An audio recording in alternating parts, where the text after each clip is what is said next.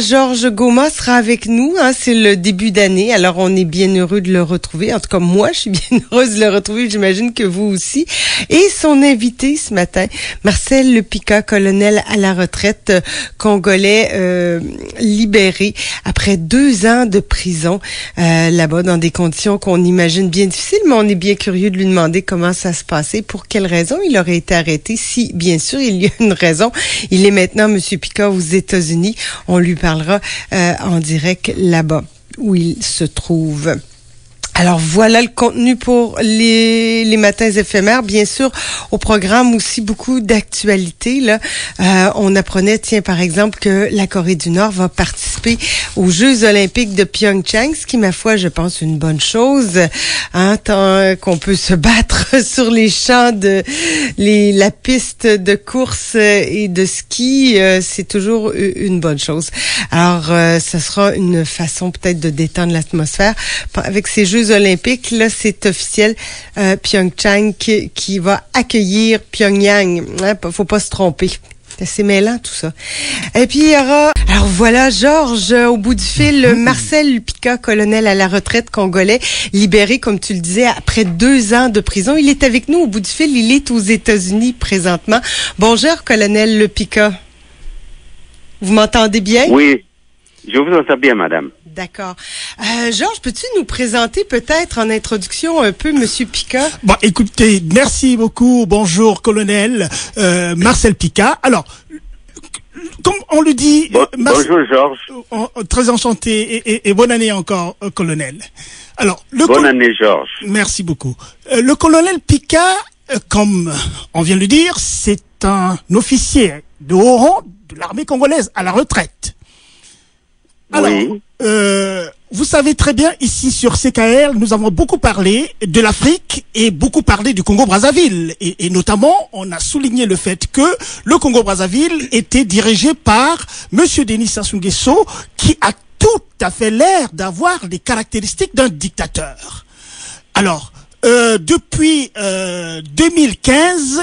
il s'est passé quelque chose au Congo-Brazzaville, c'est que Monsieur Denis Sassou Nguesso, qui était à la fin de son 2e mandat d'après la Constitution de 2002, ne devait plus se présenter à l'élection présidentielle, puisque la Constitution établissait un mandat de 7 ans renouvelable une seule fois. Alors, il s'est passé quelque chose d'assez grave, on peut le dire, en 2015, quand Monsieur Sassou Nguesso sort avec une idée complètement farfelue de vouloir changer la Constitution. Vouloir changer la Constitution et se donner un mandat supplémentaire qui était exclu par la Constitution. Alors, les Congolais lui ont fait comprendre à 95% que c'était une très mauvaise idée. Il a insisté avec sa méthode la plus favorite, qui est le passage en force.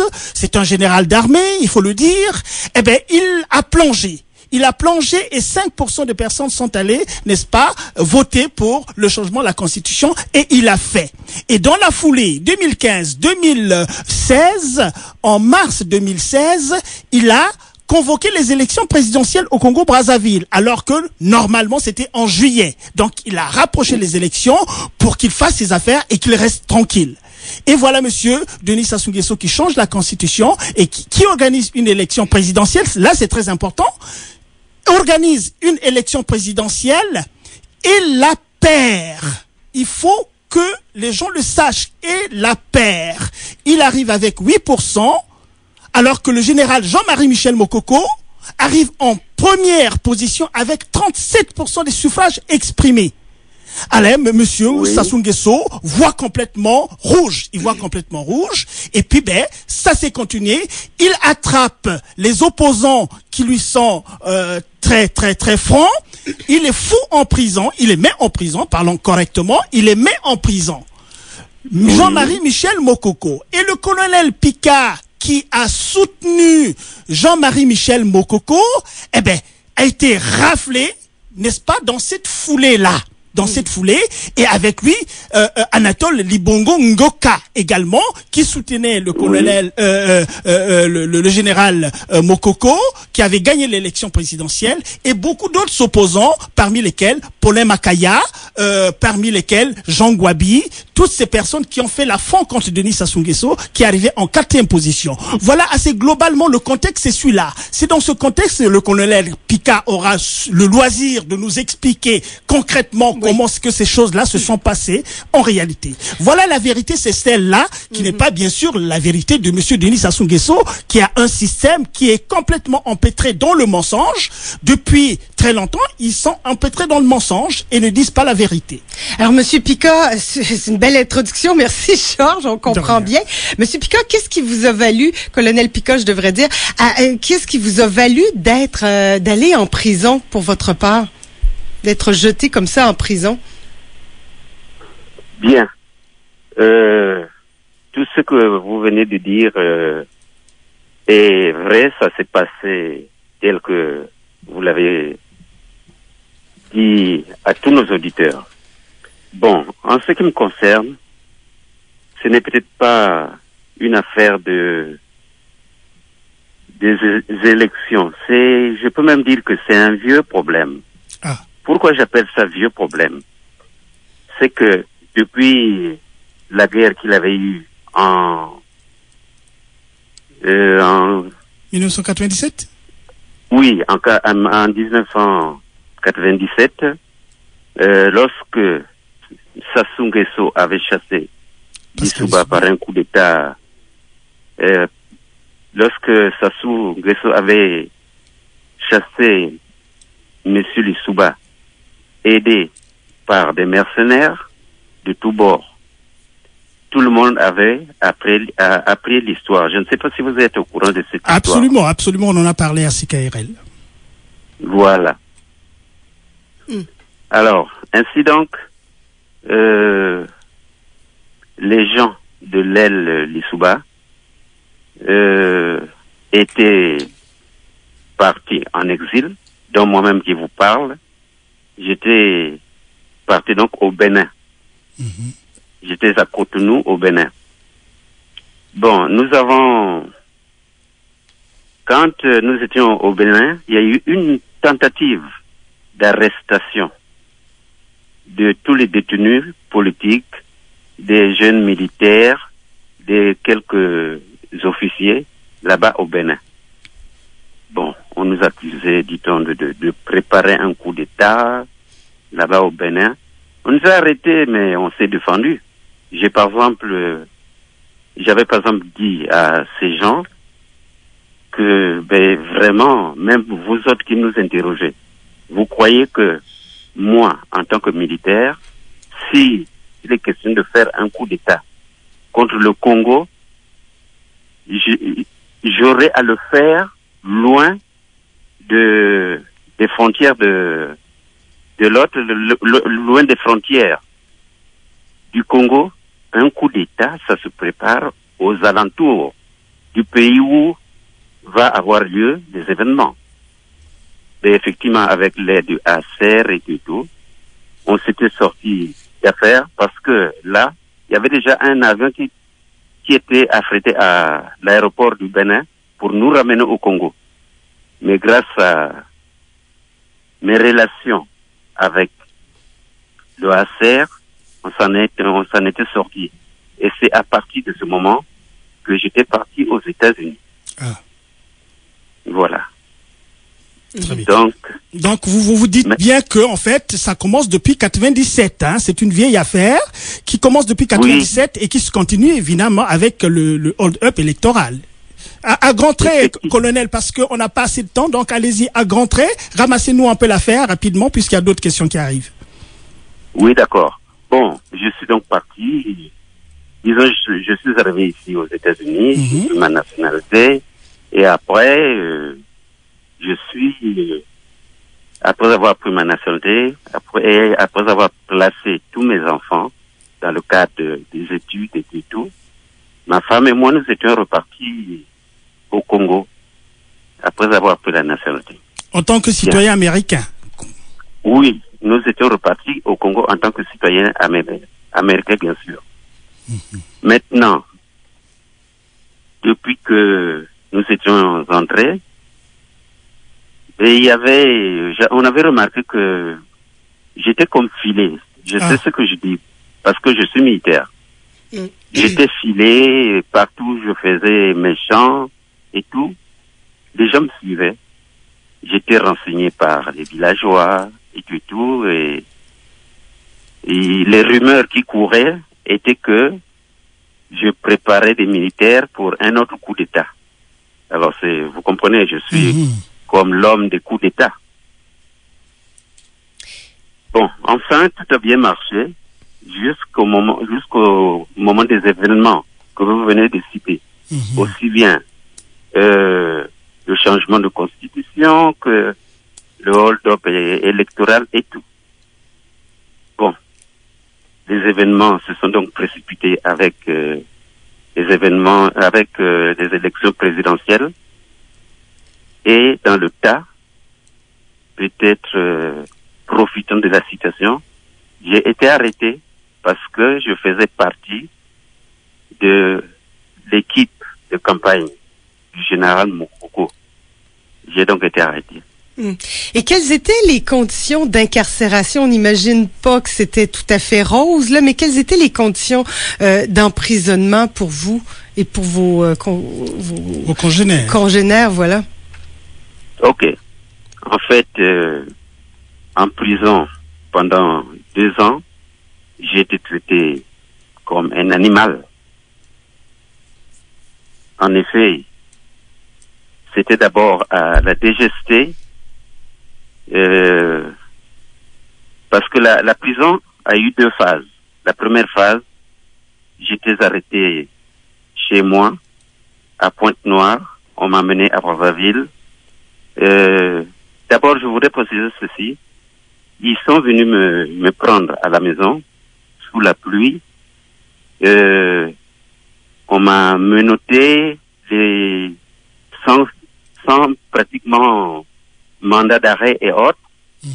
On m'a menotté, on m'a amené à la direction régionale de la sécurité d'État de Pointe-Noire. Et de là, j'étais arrêté à 11h. Et de 11h jusqu'à pratiquement 17h, j'étais entre leurs mains. On attendait un avion qui devait nous amener à Brazzaville. Et de là, c'est ce qui fait. Mais j'étais toujours de 11h jusqu'à 17h, l'heure à laquelle nous sommes arrivés à Brazzaville, j'étais menotté. Et on m'a enlevé les menottes dans le coup de 18h, lorsque nous sommes arrivés à la maison d'arrêt. Non, je veux dire à la DGST au niveau de Brazzaville. Donc pendant 7 heures, vous avez eu des menottes, les bras derrière le dos et menottés, c'est ça? Pendant 7 heures. De 11h à 18h, comme vous le dites, ça fait bien 7 heures, hein? Oui, ça fait bien 7 heures. Donc, ça s'est passé là-bas. Bon, j'étais donc... j'avais passé pratiquement 21 jours là-bas, alors que, selon le code pénal congolais, je devais être en garde à vue de 48 heures, de 48 à 72 heures au plus. Mais j'avais passé 21 jours là-bas. Sans procès. Alors vous savez... Sans procès, oui. Sans procès, là-bas, il n'y a pas de procès. Bon. Maintenant, pour vous parler des conditions à la DGST, c'est une espèce de souterrain sans ouverture. J'entends par là, c'est-à-dire sans fenêtre, parce que il y a des ouvertures, parce qu'on vient nous ouvrir pour contrôler, faire le contrôle des présences, ensuite pour nous donner à manger. Maintenant, Quant aux tortures physiques et morales, je les ai eues. Torture morale, vous dites. Torture morale. Oui, torture morale. Ça veut dire quoi, colonel? Ben, torture morale, ça signifie que peut-être que directement, moi, en tant que moi, je n'ai pas été agressé. Ah, votre intégrité physique n'a pas été touchée? Pas tout à fait. Pas tout mais à fait. l'intégrité morale, Voilà. il y en a eu. Alors, il y avait avec moi, dans la même cellule, Jacques Bananganzala. Oui. Aussi. Et 4 autres gars qui étaient avec nous. Mais, quand je parle de torture Morale. physique, plutôt morale, Oui. c'est beaucoup plus la présence de 2 fous qui étaient dans notre cellule. Si bien que la nuit, on avait du mal à fermer l'œil. Ah, vous dites qu'il y avait deux personnes dans votre cellule qui étaient en fait qui avaient des pathologies mentales et qui vous ont empêché de dormir, et il avait certainement fait sciemment pour vous soumettre à ces sévices mentaux là. Effectivement, c'est ce que j'appelle moi torture morale. D'accord, je comprends parfaitement. Nous comprenons parfaitement. Parce que vraiment, alors, on avait du mal à fermer l'œil. Hein. On pensait à n'importe quoi. On voulait éviter d'essuyer des mauvaises surprises. Et à ce moment-là, est-ce qu'on vous avait dit le nombre de jours, de mois, d'années que vous alliez passer en prison? Est-ce que vous saviez que vous étiez condamné à 2 ans? Est-ce que on vous tenait au courant? Non, madame. C'est-à-dire que là, je n'étais pas encore... je ne savais encore rien de ce qui devait m'arriver parce que jusque-là, j'étais à la DGST. Je n'ai su à propos des 2 ans que qu'il y a eu 2 auditions individuelles au niveau de la prison, non, du palais de justice de Brazzaville. C'est-à-dire lorsque le procureur de la République nous a reçus et nous a mis à la disposition du juge d'instruction. C'est à ce moment qu'on nous a signifié un peu le mobile, même le chef d'accusation. J'étais donc, nous étions 4, et je veux dire une équipe de 5 personnes, à savoir moi-même qui vous parle, plus Jacques Bananganzala, Jean Wabi, et les Bogongoka, Sende Anatole. Maintenant, pour ajouter encore quelque chose aux tortures, il y a eu monsieur Jean Wabi, qui, au moment de son arrestation, à Makwa, je crois, pendant le transport, pendant qu'on le déférait à Brazzaville, il a eu un coup, et quand il nous racontait, il nous parlait de ça, pour lui c'est vraiment une chance parce que il aurait dû perdre sa vue, et d'ailleurs jusqu'à présent il a des séquelles, si bien qu'il subit de temps à autre des visites dans ce sens-là. Et vous avez vécu pendant 2 ans dans ce genre de prison-là. Pouvez-vous nous parler un peu dans quoi vous vous trouvez? Une prison, on s'imagine un cachot. À quoi ça peut ressembler physiquement, le lieu? Bien, le séjour en prison, c'est comme je l'ai dit tantôt, j'étais, puisqu'il s'agit de moi, j'étais traité comme un animal. Oui. Bien,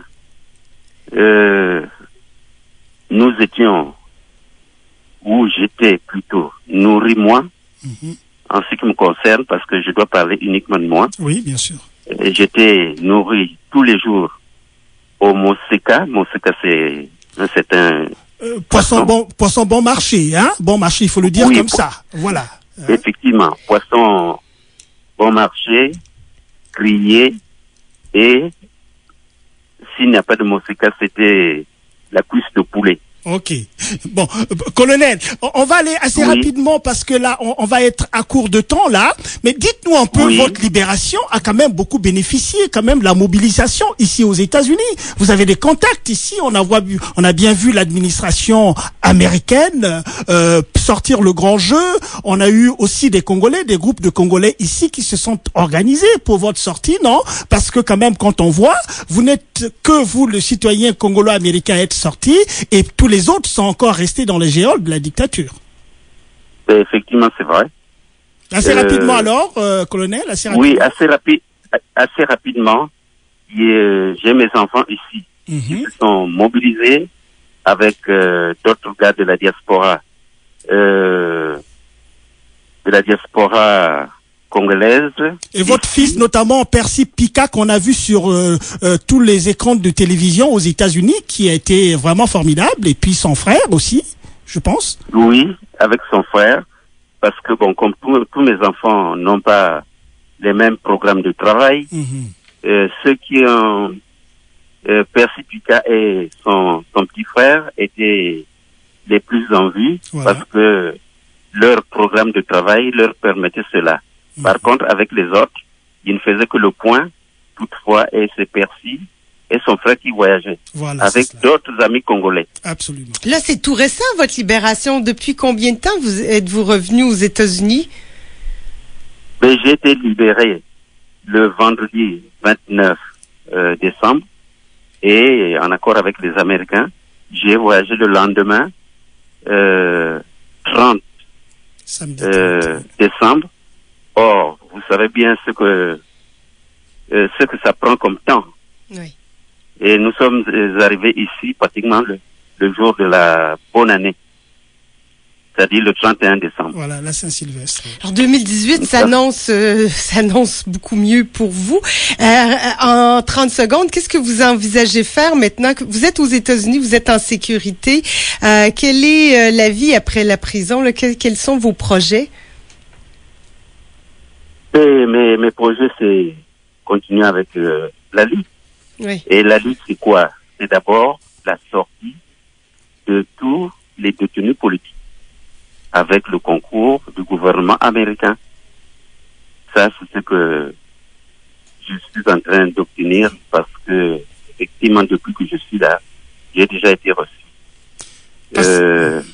Pas de façon, parce que ça, j'ai déjà beaucoup de rendez-vous avec tous les institutionnels américains, à commencer par ceux de mon État. Et après, je continuerai je finirai par le secrétariat d'État au niveau de Washington là-bas. Ben, il faut dire aussi, colonel, que en fait, toutes les personnes qui sont en prison le sont arbitrairement. Je crois que ça, c'est un point essentiel parce que à personne on a signifié, fondamentalement, qu'il était vraiment en tort.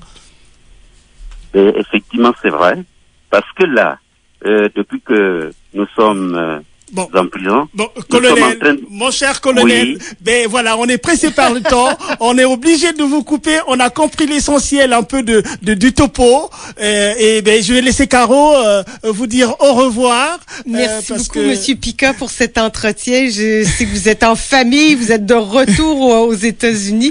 Alors, je vous souhaite la meilleure des chances pour ce qui en vient dans votre combat. De toute façon, nous, à CKRL, avec Georges, on participe aussi et on en reparle du Congo bien régulièrement. Merci infiniment à vous. Et merci Georges également. Merci madame. Merci. J'avais tellement à dire, mais enfin. Oui, on faudra une émission. On se reparlera, exactement. Et puis on laissera aller les choses, on vous laissera arriver doucement. Et puis on se reparle. Georges Goma, merci beaucoup. C'était le début d'une autre belle saison. On se reparlera toujours d'Afrique noire et de la diaspora à travers le monde. À travers l'Amérique. L'Amérique, voilà. Merci beaucoup. Merci à tous mes invités de ce matin. Michel Lavaux qui nous proposait le documentaire sur Jean-Claude Labrec. À voir, c'est un très beau documentaire. Bonne journée tout le monde et à demain.